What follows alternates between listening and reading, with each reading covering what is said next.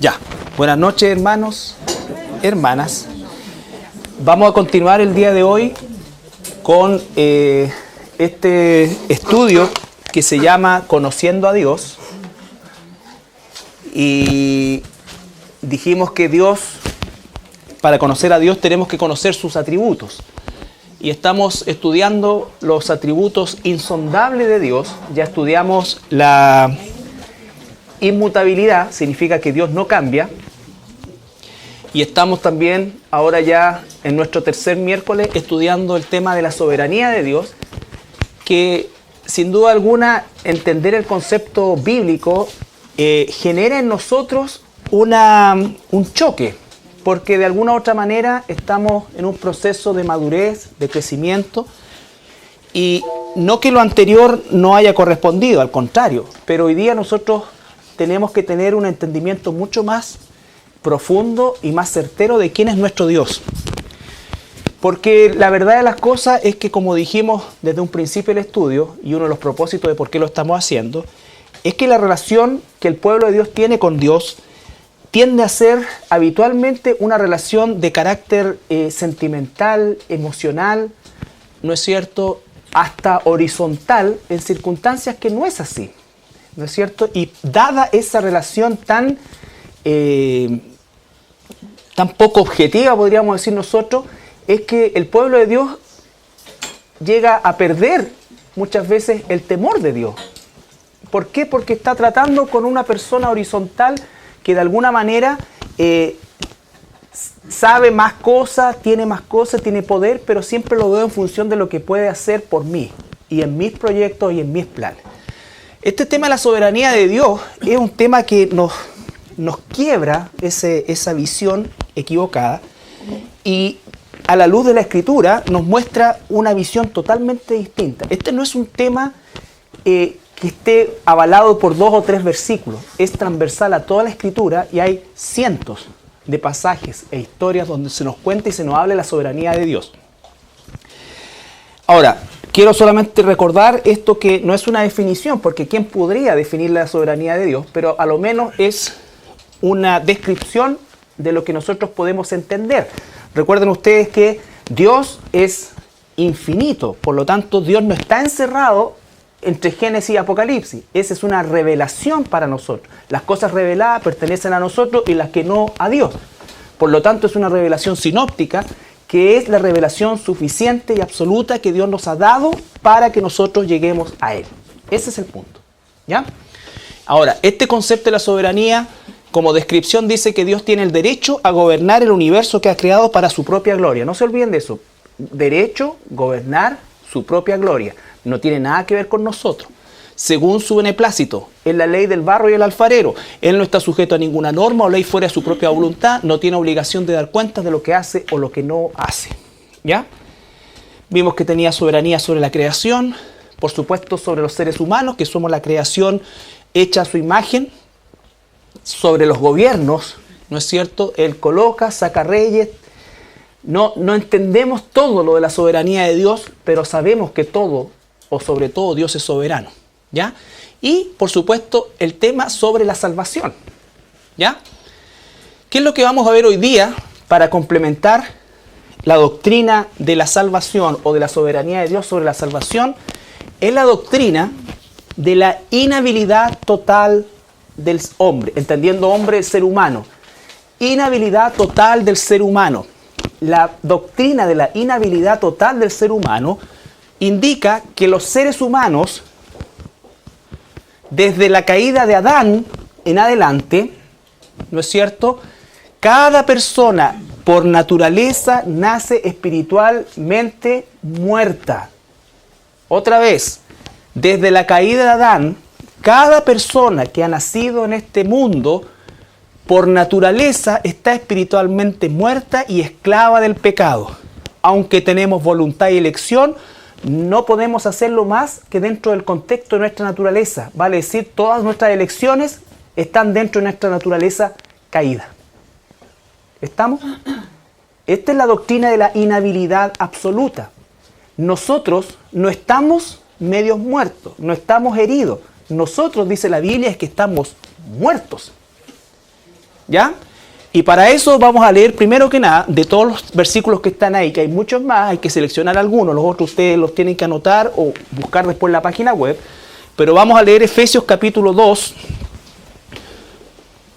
versículo 1 al 5.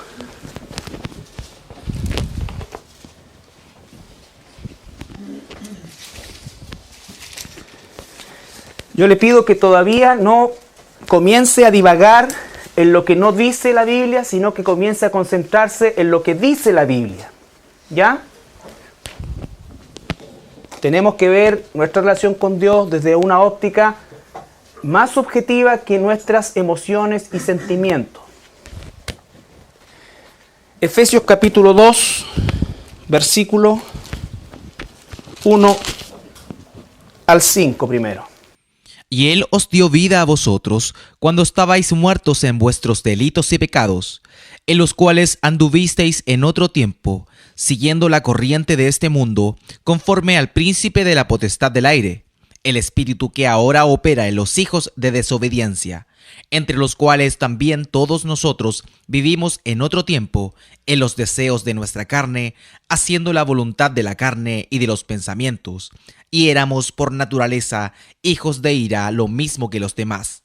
Pero Dios, que es rico en misericordia, por su gran amor con que nos amó, aun estando nosotros muertos en pecados, nos dio vida juntamente con Cristo. Por gracia sois salvos. Ya, ahora les pido que cada uno siga la lectura, vamos a analizarla por parte.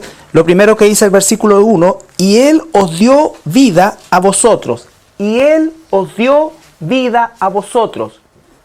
¿Qué significa eso? Que estábamos muertos, Él nos dio vida. Tú no elegiste a Jesús, Jesús te eligió a ti porque tú y yo estábamos muertos. No piense todavía en lo que no dice la Biblia, no empieza a pensar, bueno, ¿por qué yo? ¿Por qué no este? No, piense primero en lo que la Biblia le está diciendo. Él nos dio vida a nosotros. Si yo predico el Evangelio en un cementerio, lo dije la semana pasada, y en ese cementerio, ¿no es cierto?, yo les predico la verdad del Evangelio, les dejo arriba de cada lápida, ¿no es cierto?, una Biblia cada uno, abierto justamente en Juan 3:16, y paso toda la noche predicando al amanecer. ¿Cuántos convertidos van a haber? Ni uno, porque están todos muertos. ¿Qué tendría que suceder?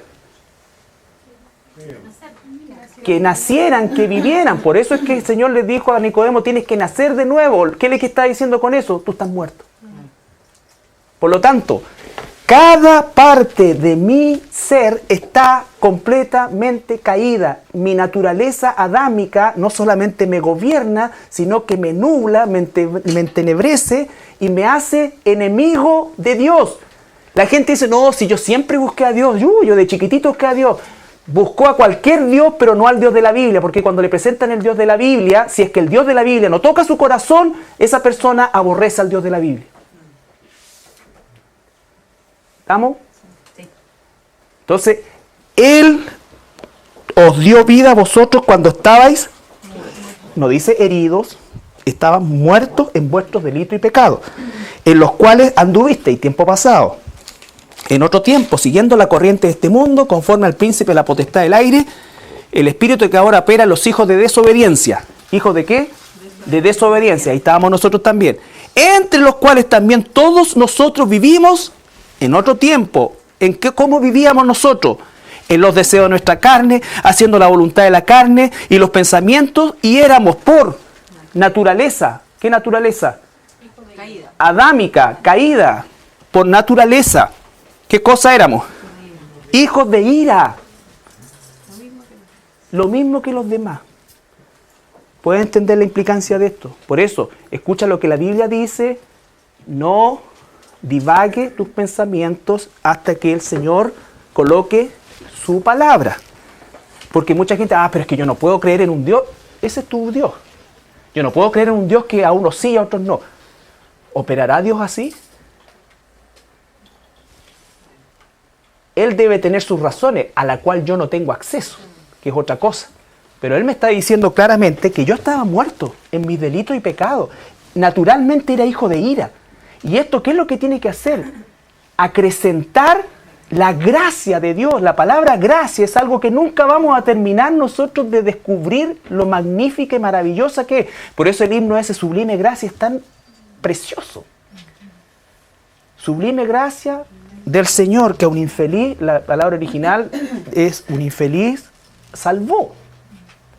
Eso era ciego, mas ahora veo, porque Él me dio vida. ¿Merecía yo que me diera vida? No. ¿Era mejor yo que otra persona? No.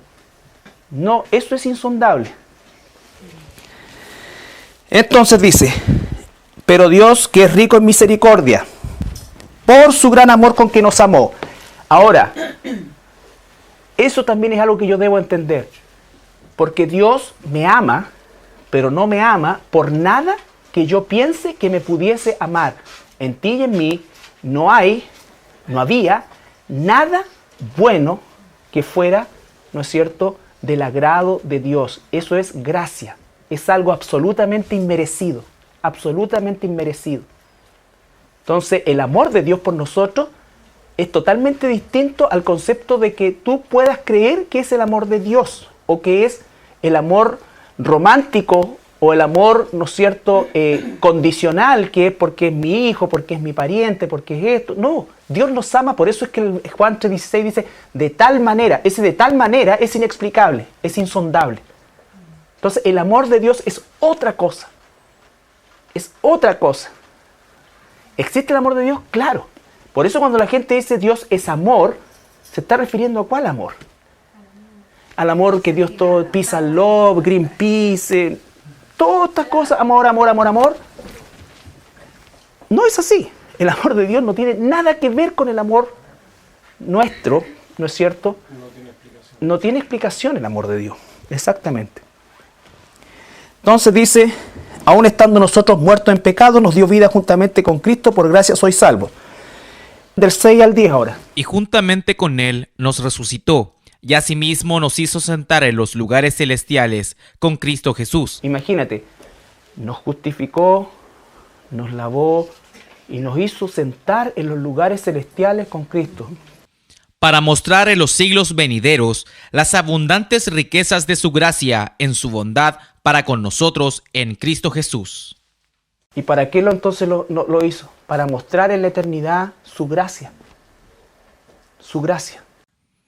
Porque por gracia sois salvos, por medio de la fe, y esto no de vosotros, pues es don de Dios, no por obras, para que nadie se gloríe, porque somos hechura suya, creados en Cristo Jesús, para buenas obras, las cuales Dios preparó de antemano para que anduviésemos en ellas. ¿Está claro? Dios preparó de antemano las buenas obras en las cuales tú y yo vamos a andar. Él ya nos ve sentados en los lugares celestiales. Él ve el pasado, presente, futuro en una misma vez. Algo insondable para nosotros. ¿Ya? Pero Él hizo, ¿qué cosa? Nos dio vida estando nosotros muertos. Romanos, capítulo 3, versículo 9 al 18. Recuerde, estamos revisando la doctrina de la inhabilidad absoluta del ser humano. Inhabilidad absoluta del ser humano. El ser humano tiene su pensamiento, su mente, sus emociones, todo su ser completamente torcido. Completamente torcido. ¿Ya? ¿Qué pues? ¿Somos nosotros mejores que ellos? En ninguna manera. Pues ya hemos acusado a judíos y a gentiles que todos están bajo pecado. Como está escrito, no hay justo ni aun uno. No hay quien entienda, no hay quien busque a Dios. Todos se desviaron, a una se hicieron inútiles, y no hay quien haga lo bueno, no hay ni siquiera uno. Sepulcro abierto es su garganta, con su lengua engañan. Veneno de áspides hay debajo de sus labios. Su boca está llena de maldición y de amargura. Sus pies se apresuran para derramar sangre. Quebranto y desventura hay en sus caminos, y no conocieron camino de paz. No hay temor de Dios delante de sus ojos. Ahí, ¿no es cierto? Entonces, ¿qué dice? No hay justo, ni aun uno. No hay quien entienda. No hay quien busque a Dios. Tú y yo, por naturaleza, toda nuestra naturaleza estaba caída y completamente corrompida. Por lo tanto, no buscábamos de Dios, no buscábamos al Dios verdadero porque estábamos absolutamente imposibilitados de buscar al Dios verdadero porque toda nuestra naturaleza estaba caída. Si el Dios verdadero no se hubiese compadecido en su gracia infinita y misericordia infinita de ti y de mí, jamás nosotros nos habríamos acercado a Él. Él se acercó a nosotros, por eso dice que Él nos amó primero. Él nos amó primero. Y además, el camino de la salvación no es una cuestión que esté lleno y la gente desespera por entrar. No, nadie quiere entrar porque todos están desviados. No es que estén todos amontonados, yo, no, nadie quiere. La gente dice que cree en Dios, todo. Hay una encuesta que salió que el 70% de los chilenos cree en Dios. La pregunta es, ¿en cuál Dios? ¿En el Dios de la Biblia? No. Porque la gente dice, sí, yo creo en Dios, yo tengo mi Dios, yo tengo esto. ¿Qué Dios se ha fabricado en su mente? ¿Qué Dios se ha fabricado en sus emociones? No es el Dios de la Biblia.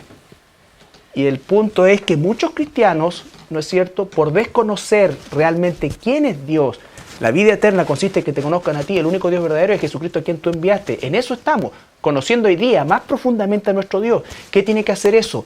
Aumentar en nosotros el temor de Dios, agradecer aún más profundamente la gracia de Dios, porque no somos mejores que nadie.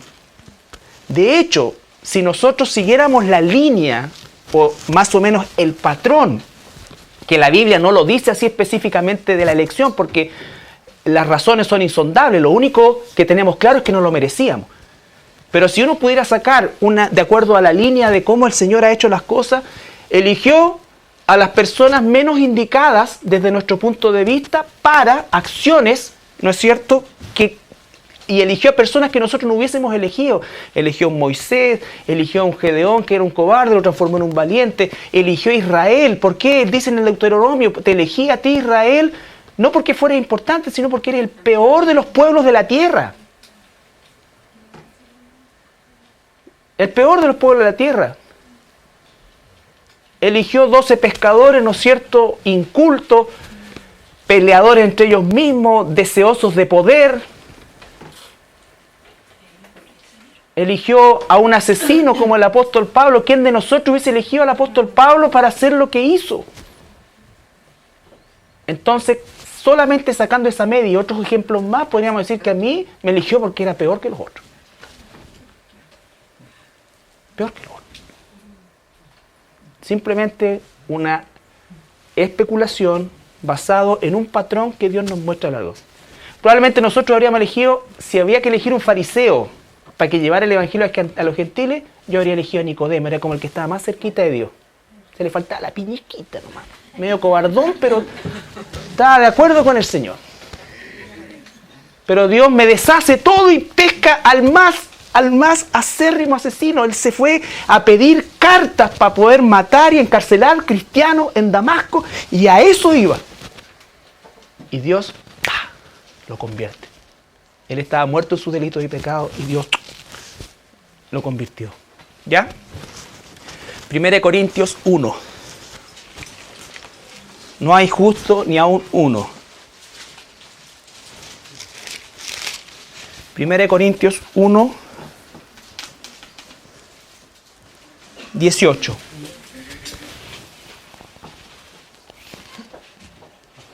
Diga.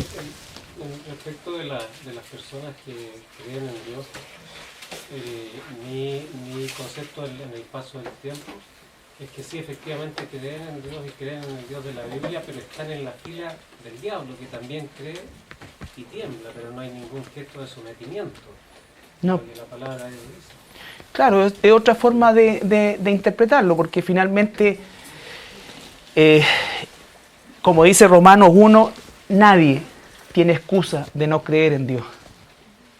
Nadie tiene excusa. Por eso es que el problema no se suscita con los ateos, con los evolucionistas, no. El problema está radicado en el hecho de que las personas quieren un Dios al cual no se quieren someter bajo ningún punto de vista y no quieren reconocer esa condición.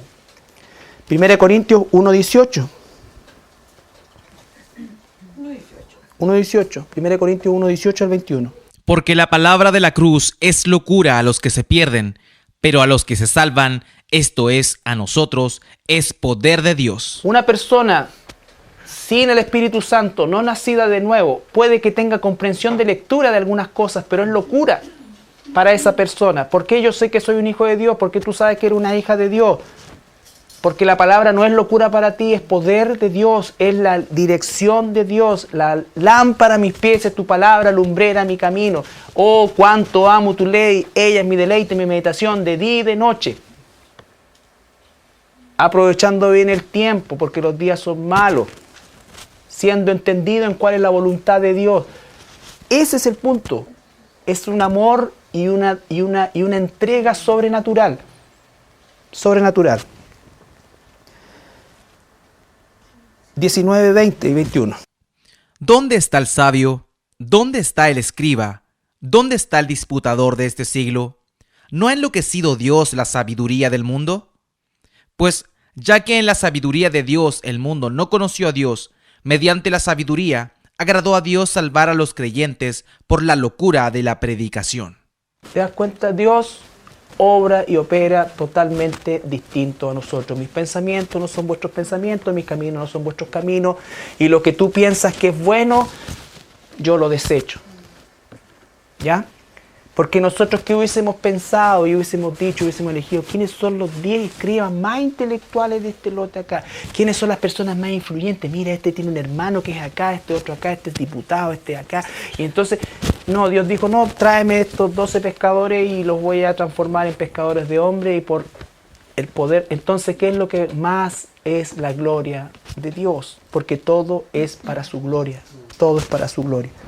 Capítulo 2 de ahí mismo 1 Corintios, versículo 14.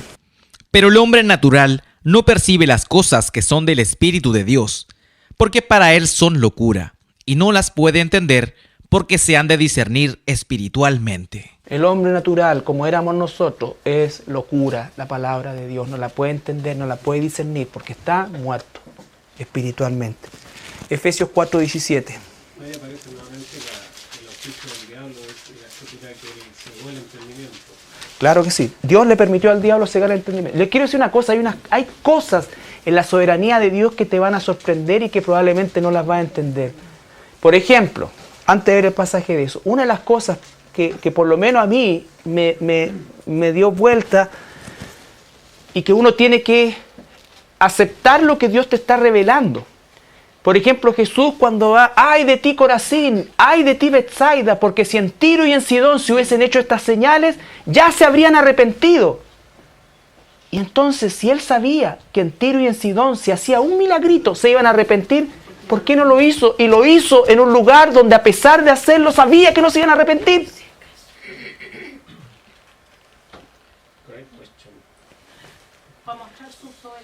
No sé, pero lo que quiero decirte es que así opera Dios.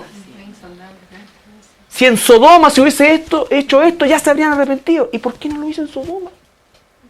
Cuando los 3 ángeles que visitaron a Abraham antes de ir a destruir Sodoma, representaban, ¿no es cierto?, al ángel del Señor. O sea, que si se hubiese mandado unos milagritos allá, él dice, se habrían convertido. ¿Y por qué no lo hizo? Y lo hizo en este lado, ay de ti Betsaida y de ti Corazín. Sabía que ellos no se iban a arrepentir, hiciera lo que hiciera. Entonces, así opera Dios. Él es soberano. Él va a tener misericordia de quien quiere tener misericordia.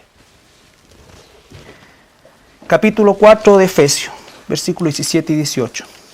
Esto pues digo y requiero en el Señor, que ya no andéis como los otros gentiles, que andan en la vanidad de su mente, teniendo el entendimiento entenebrecido, ajenos de la vida de Dios por la ignorancia que en ellos hay, por la dureza de su corazón. Fíjense, así andábamos nosotros. Entendimiento entenebrecido, ajeno a la vida de Dios por ignorancia y por dureza. O sea, totalmente inhabilitado. La doctrina de la inhabilitación total del hombre es fundamental para entender la doctrina de la gracia y la doctrina de la predestinación. ¿Ya? Dios en la eternidad de la eternidad, antes que hubiera creado cualquier cosa, Él tenía trazado un plan. Jesús no vino a morir por si acaso alguien se arrepentía. Jesús ya tenía un número determinado de sus salvos. Cuando la palabra todo se aplica siempre en el contexto de a los que aman a Dios, todas las cosas vienen a vivir.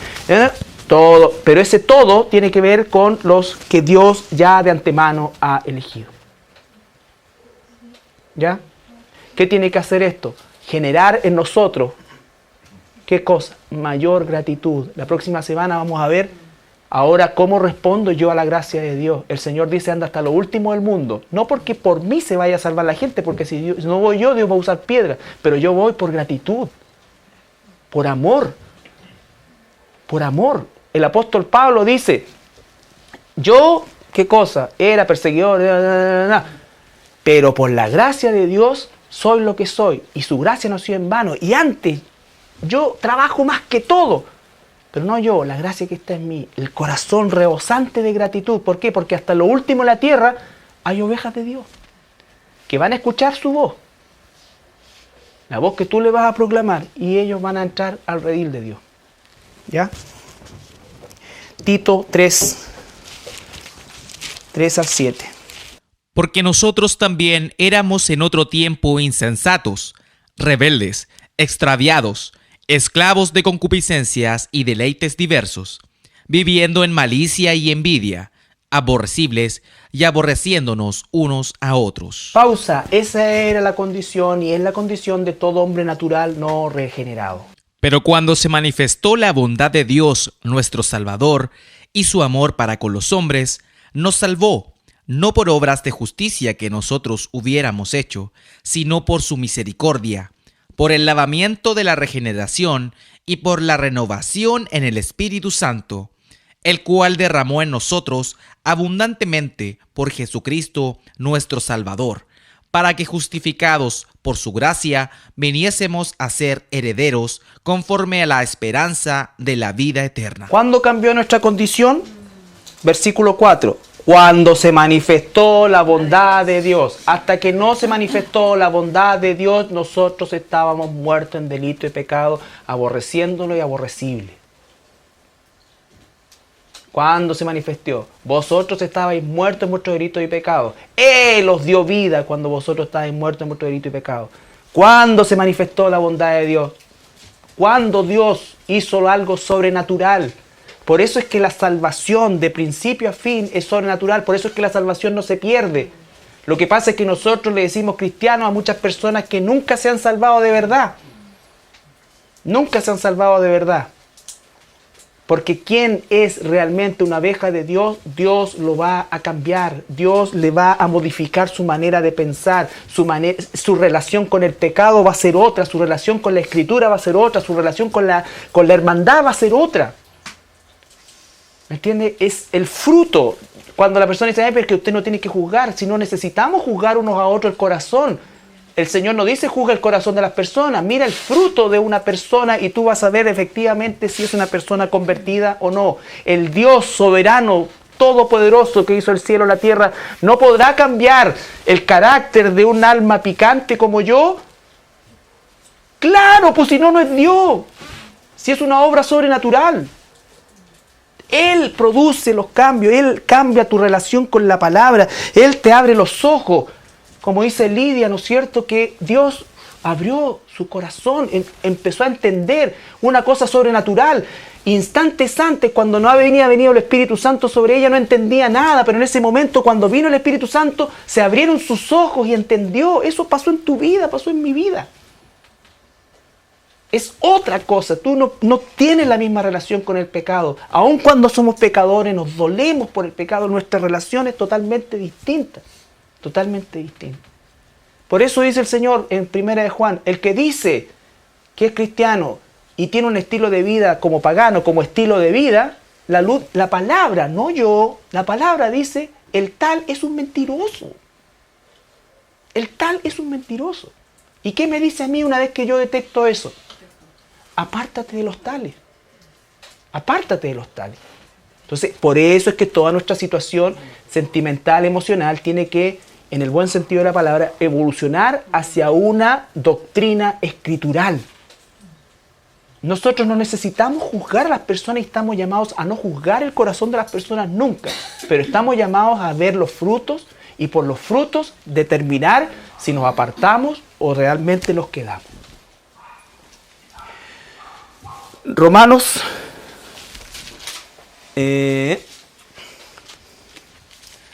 Romanos 8. Ese parece que no lo hemos visto. 5 al 8. Nosotros no tenemos ninguna posibilidad de hablar el corazón de alguien. Nadie. Engañoso y perverso. El corazón, claro. Entonces cuando nosotros empezamos, bueno, pero ¿cómo esta persona, este hermano, esta hermana se convirtió? No, hizo una decisión, ahora sí se convirtió. Por eso es que la conversión de una persona se mide en el tiempo. Nuestro deber es predicar el Evangelio. Nuestro deber es llevar la salvación a toda criatura. Si esa salvación ha sido efectiva o no, el tiempo lo va a demostrar. Muchos son los llamados y pocos los elegidos. Carlito, pero si bien es cierto, uno puede juzgar el corazón porque solo Dios lo ve. También uno puede juzgar en el término de discernir por medio de los frutos de la persona. Lógico. Porque muchas veces se entiende de que yo no puedo juzgar, o sea, ni siquiera yo puedo discernir, y sí lo puedo hacer Sí, de acuerdo a los frutos que ve. Y no solamente lo puede hacer, sino que lo debe hacer. Eso es lo que vimos el día domingo. El discernimiento es eso. El discernimiento consiste en obedecer, ¿no es cierto? Consiste en hacer, en apartarse de cosas, el hacer cosas. Son hechos prácticos. ¿Por qué? Porque nosotros tenemos que entender efectivamente que la obra de Dios tiene que dar fruto en la vida de la persona. Tiene que dar fruto. Y esos frutos son inconfundibles.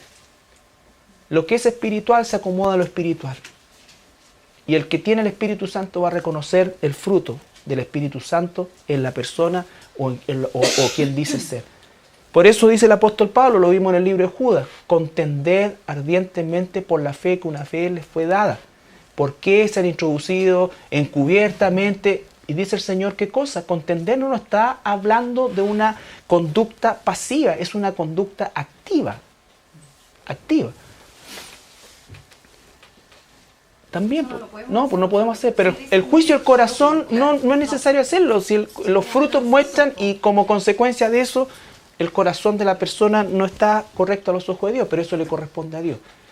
Entonces, si la persona que dice ser cristiana vive como pagana, o incluso si trae otra doctrina totalmente distinta, el fuego extraño que llama el Antiguo Testamento, entonces tampoco. Capítulo 8, versículo 5 al 8. Porque los que son de la carne piensan en las cosas de la carne, pero los que son del Espíritu en las cosas del Espíritu. Porque el ocuparse de la carne es muerte, pero el ocuparse del Espíritu es vida y paz. Por cuanto los designios de la carne son enemistad contra Dios, porque no se sujetan a la ley de Dios, ni tampoco pueden. Y los que viven según la carne no pueden agradar a Dios. Está claro entonces la doctrina de la inhabilidad absoluta del ser humano. El ser humano por sí solo no se puede salvar. La decisión que tú tomaste, la decisión que yo tomé, es algo que Dios inició, algo que Dios permitió, porque yo estaba muerto en mi delito y pecado. Si Dios no hubiese tocado sobrenaturalmente tu corazón, tu vida, y te hubiese dado vida, tú jamás ni yo jamás habríamos recibido al Espíritu Santo. ¿Ya? Por eso la gente cuando dice, y está bien, desde una perspectiva las personas tienen que hacer la decisión, desde la perspectiva, desde la persona hacia Dios, de mí hacia Dios, yo tomé la decisión, pero la perspectiva de Él hacia mí, Él me eligió. ¿Ya? Es dependiendo de la perspectiva, desde la perspectiva de la eternidad, Él me eligió a mí.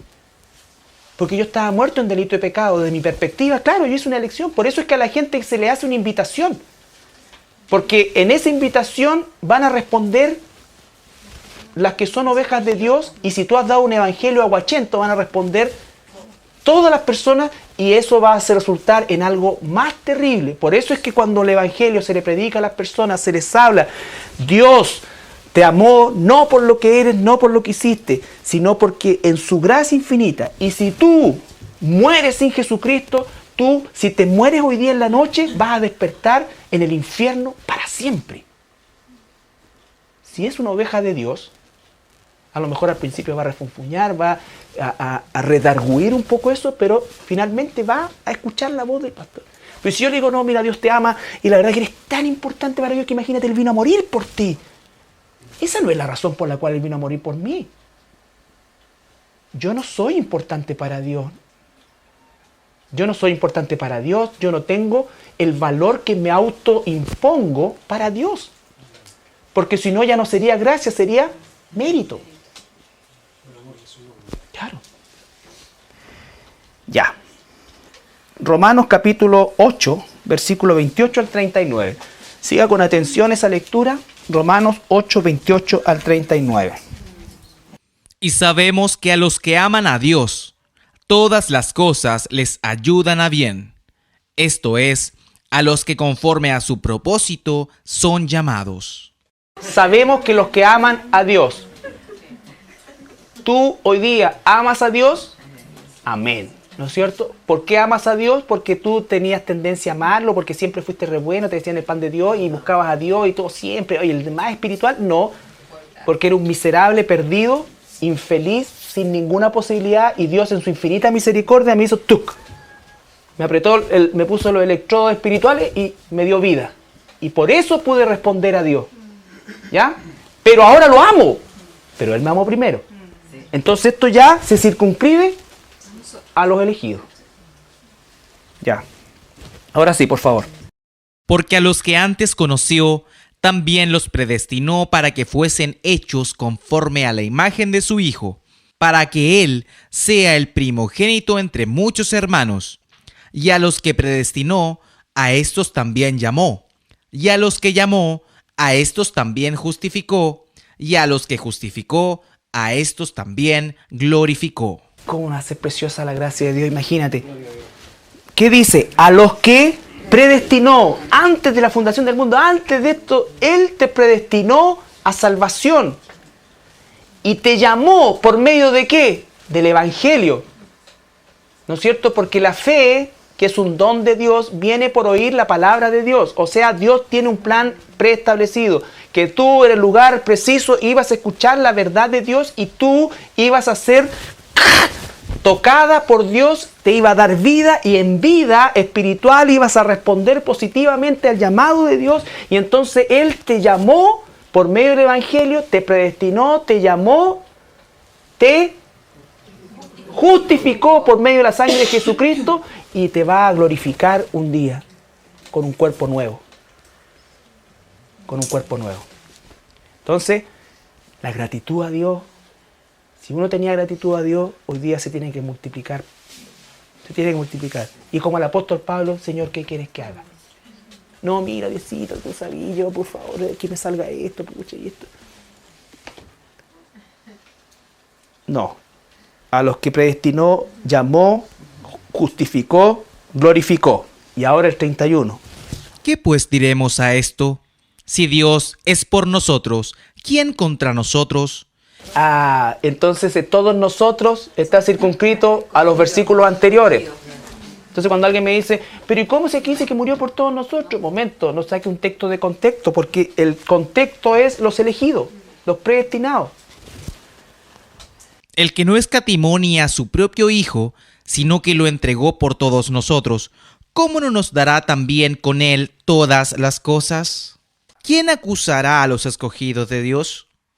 Dios es el que justifica. Por eso la salvación no se pierde. El que verdaderamente es salvo nunca va a perder la salvación.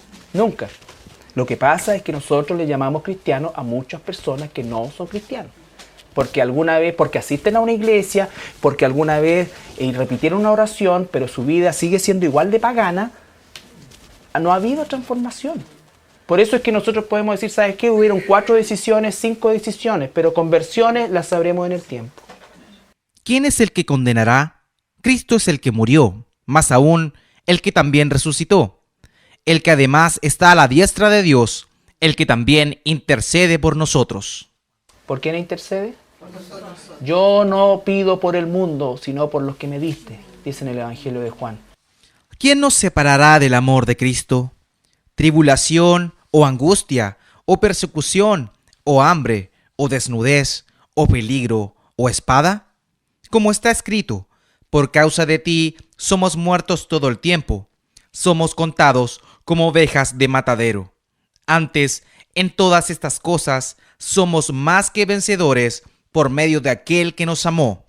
Por lo cual, estoy seguro de que ni la muerte, ni la vida, ni los ángeles, ni principados, ni potestades, ni lo presente, ni lo porvenir, ni lo alto, ni lo profundo, ni ninguna otra cosa creada nos podrá separar del amor de Dios que es en Cristo Jesús, Señor nuestro. Amén. Entonces la salvación no se pierde.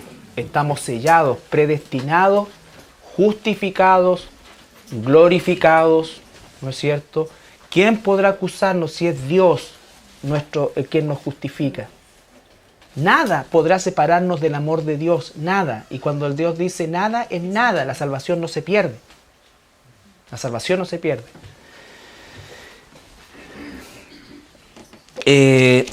Vamos a ir a Juan. Perdón, Isaías 53. Primero estamos viendo la inhabilidad del hombre. Él nos predestinó, Él nos salvó esto. 53:6. Desde el versículo 4. 3. Desde el 3 al 6. Despreciado y desechado entre los hombres, varón de dolores, experimentado en quebranto. Y como que escondimos de él el rostro, fue menospreciado y no lo estimamos. Ciertamente llevó él nuestras enfermedades y sufrió nuestros dolores, y nosotros le tuvimos por azotado, por herido de Dios y abatido. Mas él herido fue por nuestras rebeliones, molido por nuestros pecados.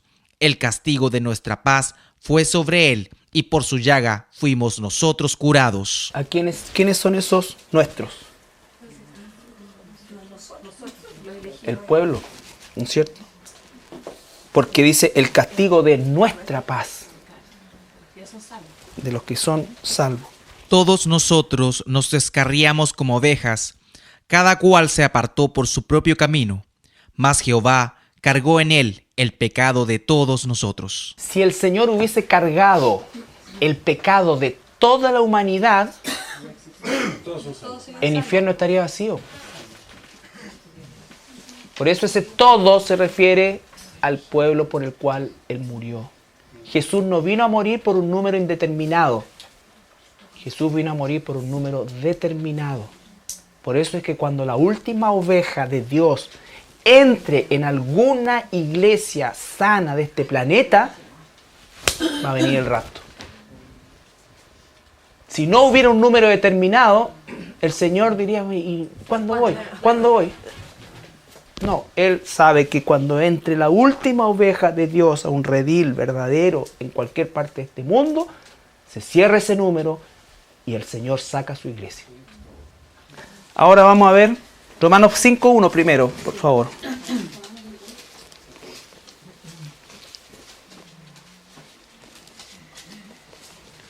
(5:1) en adelante. Justificados pues por la fe, tenemos paz para con Dios por medio de nuestro Señor Jesucristo. Ahí ahora complementamos con Efesios, dice que la fe es un don de Dios, ¿no es cierto? La fe nos da la vida, es un don de Dios y esa fe nos justifica. Somos llamados, somos justificados.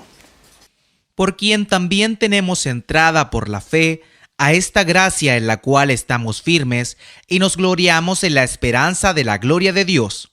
Y no solo esto, sino que también nos gloriamos en las tribulaciones, sabiendo que la tribulación produce paciencia, y la paciencia prueba, y la prueba esperanza, y la esperanza no avergüenza, porque el amor de Dios ha sido derramado en nuestros corazones por el Espíritu Santo que nos fue dado.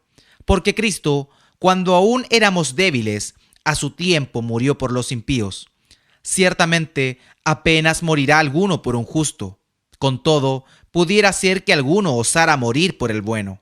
Mas Dios muestra su amor para con nosotros, en que siendo aún pecadores, Cristo murió por nosotros. Pues mucho más, estando ya justificados en su sangre, por él seremos salvos de la ira. Porque si siendo enemigos, fuimos reconciliados con Dios por la muerte de su Hijo, mucho más, estando reconciliados, seremos salvos por su vida. Y no solo esto, sino que también nos gloriamos en Dios por el Señor nuestro Jesucristo, por quien hemos recibido ahora la reconciliación. Por tanto, como el pecado entró en el mundo por un hombre, y por el pecado la muerte, así la muerte pasó a todos los hombres, por cuanto todos pecaron. Entonces, todos estábamos muertos en nuestro delito y pecado. Y si estábamos muertos en nuestro delito y pecado, estábamos absolutamente inhabilitados para siquiera desear o acercarnos a Dios. Él nos dio vida cuando todavía estábamos muertos. Él no nos vino a dar oxígeno porque nos estábamos ahogando. Estábamos muertos en delito y pecado. Él nos dio vida. ¿Ya? Ahora sí, Juan 3, versículo 1 al 6. ¿Cómo se llega a ser un ser humano? ¿Cómo el ser humano totalmente caído llega a crecer? Conmigo la consuelo.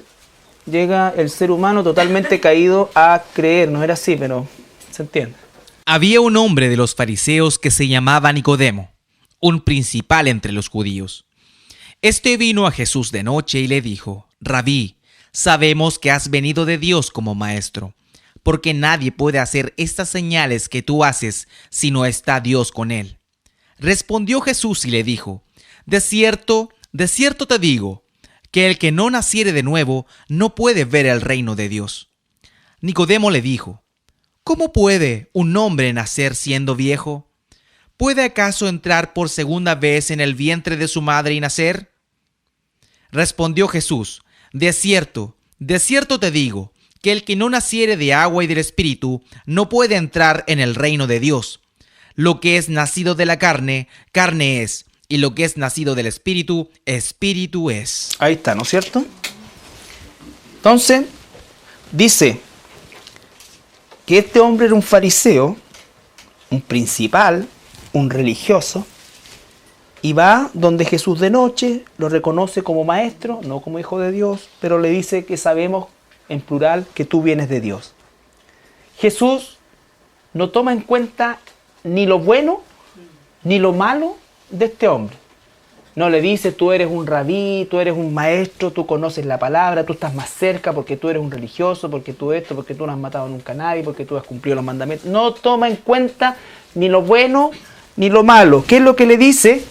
Que tiene que nacer de nuevo. Jesús está hablando con un cadáver, ¿no es cierto?, con vida física, pasajera y momentánea. ¿Ya? Está hablando con una persona muerta ya. ¿Qué es lo que le dice? Tienes que nacer de nuevo. Eso es lo que tiene que pasar de nuevo en nosotros, el nacer de nuevo. Y eso no es obra de mi voluntad. Es obra de su voluntad.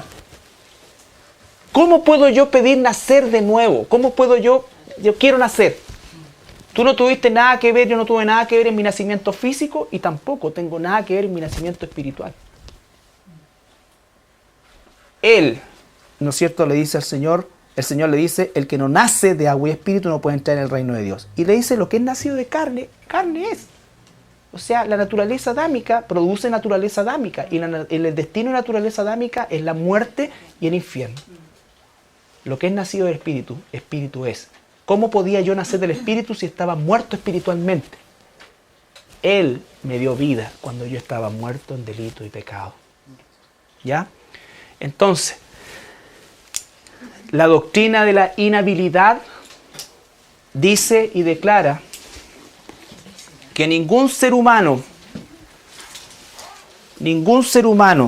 o desde la caída de Adán en adelante, todos los seres humanos nacemos muertos en delitos y pecados, y todos, por lo tanto, somos pecadores, dice la palabra, ¿no es cierto? Por cuanto todos pecamos y estamos destituidos de la gloria de Dios. Y como estamos muertos en nuestros delitos de pecado y somos pecadores, ¿qué es lo que nos corresponde?